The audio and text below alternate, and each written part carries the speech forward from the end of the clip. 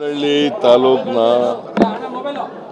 ಚನ್ನರಾಯಪಟ್ಟಣದಲ್ಲಿ ನಡೀತಾ ಇರತಕ್ಕಂಥ ಚಳುವಳಿ ಇದೆಯಲ್ಲ, ಅದರ ಪರವಾಗಿ ಅನೇಕ ಸಂಘಟನೆಗಳು, ಹೋರಾಟಗಾರರು ಭಾಗವಹಿಸಿದ್ದಾರೆ. ಅವ್ರದ್ದು ಸಭೆ ಕರೆದಿದ್ದೆ ಇವತ್ತು. ಆದರೆ ಇವತ್ತು ಫೈನಲ್ ನೋಟಿಫಿಕೇಶನ್ ಆಗಿಬಿಟ್ಟಿದೆ.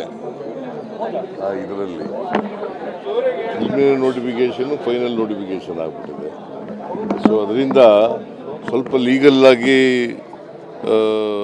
ಇಶ್ಯೂಸ್ಗಳಿದ್ದಾವೆ. ನಾನು ಅದಕ್ಕೆ ಹೋರಾಟಗಾರರಿಗೆ 10 ದಿನ ಸಮಯ ಬೇಕು ನನಗೆ ಅಂತ ಹೇಳಿದ್ದೀನಿ. ಸರ್ಕಾರಕ್ಕೆ 10 ದಿನ ಸಮಯ ಬೇಕು ಅಂತ. 15ನೇ ತಾರೀಕಿಗೆ ಸಭೆ ತೀರ್ಮಾನ ಆಗಿದೆ. ಡೇಟು 15ನೇ ತಾರೀಕಿಗೆ ಸಭೆ ಬೆಳಿಗ್ಗೆ 11 ಗಂಟೆಗೆ ನಡೀತದೆ. ಹಳ್ಳಿ ತಾಲೂಕಿನ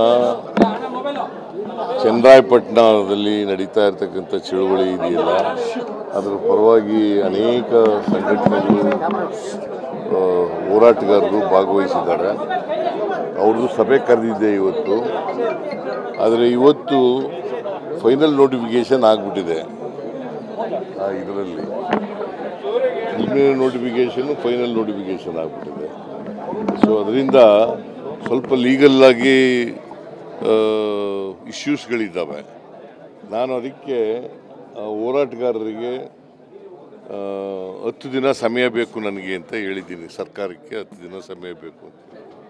15ನೇ ತಾರೀಕಿಗೆ ಸಭೆ ತೀರ್ಮಾನ ಆಗಿದೆ. ಡೇಟು 15ನೇ ತಾರೀಕಿಗೆ ಸಭೆ ಬೆಳಿಗ್ಗೆ 11 ಗಂಟೆಗೆ ನಡೀತದೆ.